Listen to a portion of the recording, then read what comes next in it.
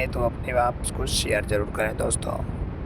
और ये लड़ाई मांगने की नहीं है, लड़ाई देने की है। और ये मिशन जो है महापुरुषों का, ये इस मिशन में वही आदमी काम कर सकता है जिसको कुछ पाने के लिए कुछ खोने की इच्छा हो जिसके अंदर। मैं आपको एक सच से वाकिफ कराता हूं।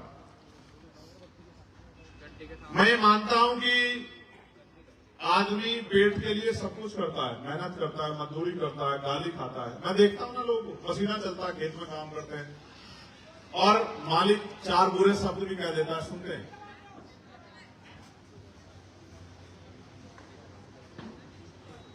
किस लिए?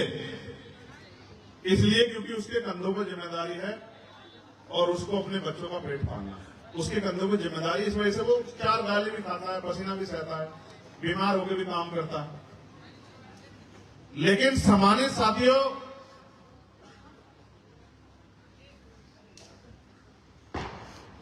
हम 8 घंटे मेहनत मजदूरी करना सीख गए, लेकिन हमारे महापुरुष ये कह के गए हैं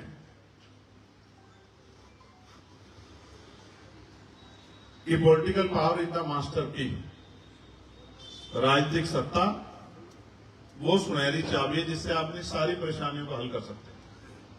मैं आपको गारंटी देता हूं, आप मुझे परेशानी बता दो, जितने लोग बैठे हैं कागज पे लिख के दे दो, और जिस दिन राजकाज बनेगा, एक मरे हुए आदमी को जिंदा करने के बजाय जितनी आपकी समस्या है वो मुझे आप लिख के दे देना। मैं जिस दिन राजकाज बनेगा पहले दिन आपकी सारी समस्या दूर कर दूंगा।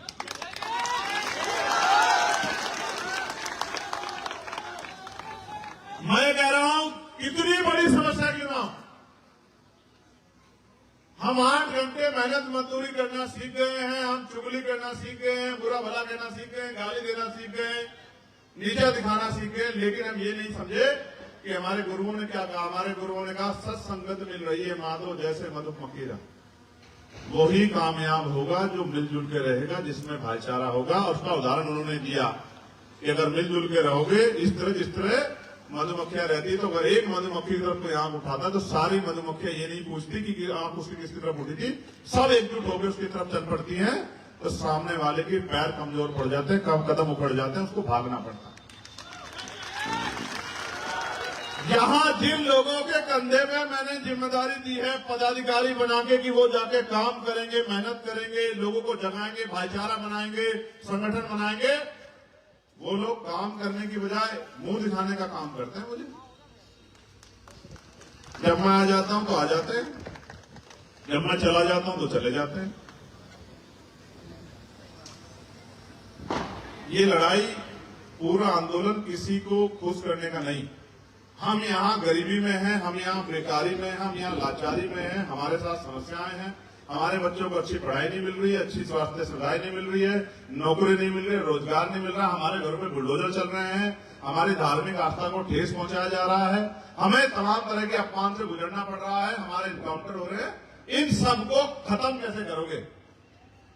नारा लगा के, झंडा उठा के? ये तब खत्म होगा जब आप अपनी ताकत बना लोगे। आज कह रहा हूं आपसे, नगीना के लोगों ने आपको इज्जत दी, सहारनपुर के लोगों, नगीना बिजनौर के लोगों ने आपको इज्जत दी। आपको बिजनौर के लोगों का हाथ उठा के धन्यवाद करना चाहिए। मैं सांसद चाहे नगीना से बना है, देश के किसी भी कोने से बनता है, ये इज्जत सहारनपुर के लोगों को दी है। लोगों ने सहारनपुर पे भरोसा किया, सहारनपुर के खून को अपना खून माना। आपकी जिम्मेदारी बैठती है कि आप अपने क्षेत्र में ज्यादा काम करो। आज यहां हजारों की संख्या में, अगर आप दिन में 1 घंटा भी मेरी बात पे पहरा दो और काम करो जाके, तो मैं लिख के देता हूं। पंचायत चुनाव हमारे सामने, क्षेत्रीय चुनाव, ग्रामीण क्षेत्रों का चुनाव है, उसमें आबादी दलित, पिछड़े, मुसलमान लोगों की ज्यादा है। और जिसका बटन दबेगा, जिसकी मोहर रहेगी, उसकी ताकत बनेगी, और जिसकी ताकत बनेगी उस पर बजट आएगा, और जिस पे बजट आएगा वो ही विकास करा पाएगा। बाकी लोग बैठ के तमाशा देखेंगे। जो प्रधान बनेगा वही सड़क बनवा पाएगा, वही खड़ंजा लगवा पाएगा, वही बिजली की लाइट का खंभा लगवा पाएगा, वही और गांव में पंचायत घर बनवा पाएगा, वही धर्मशाला बन वही विकास के कार्य कर पाएगा। और जो एक वोट से हार जाएगा वो क्या करेगा? वो प्रधान को 5 साल बुरा ही कहता रहेगा कि ये प्रधान बुरा है, बुरा है, बुरा। थम जाओ, थम जाओ, थम जाओ, थम जाओ, थम जाओ, आमत रखो। मैंने आपको क्या बताया, बहुत गौर से सुनना।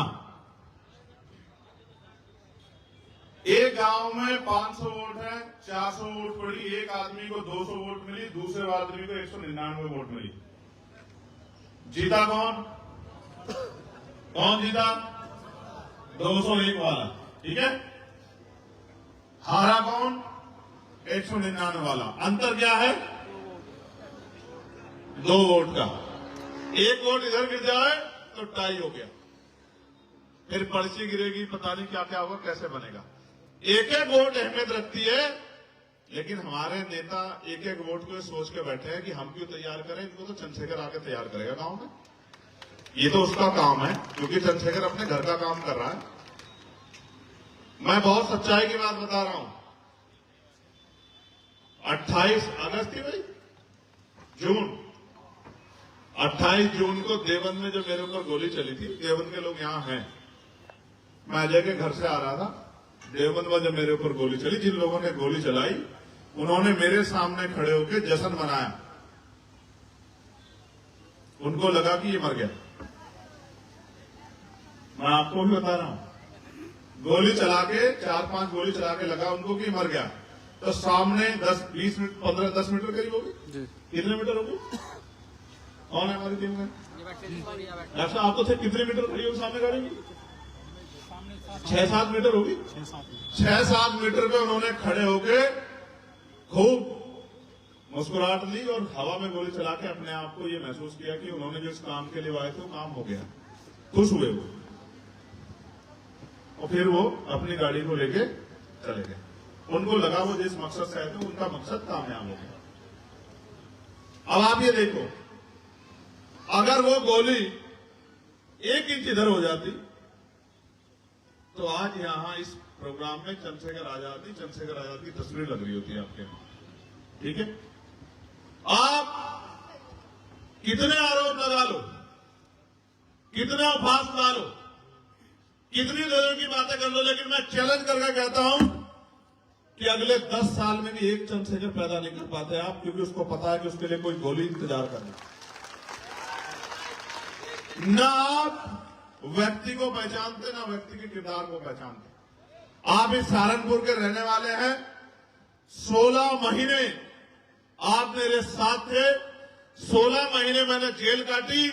आप गवाह हैं, अगर मैंने आप में से किसी के आगे आंसू बहा के कहा हो कि मुझे निकाल दो, मुझे जेल में नहीं रहना, आप गवाह हैं। जितने लोग यहां बैठे हैं, इतिहास गवाह है। मैंने कभी आंसू नहीं बहा जेल के लिए, और मैंने कभी नहीं कहा, इतिहास गवाह नहीं है, मैं इस बात का साक्षी हूं, वकील मेरे साथी इस बात के गवाह। तो फाइनली दोस्तों, आपने ये वीडियो देखा, वीडियो कैसा लगा? चंद्रशेखर आज़ाद की वीडियो देखिए दोस्तों।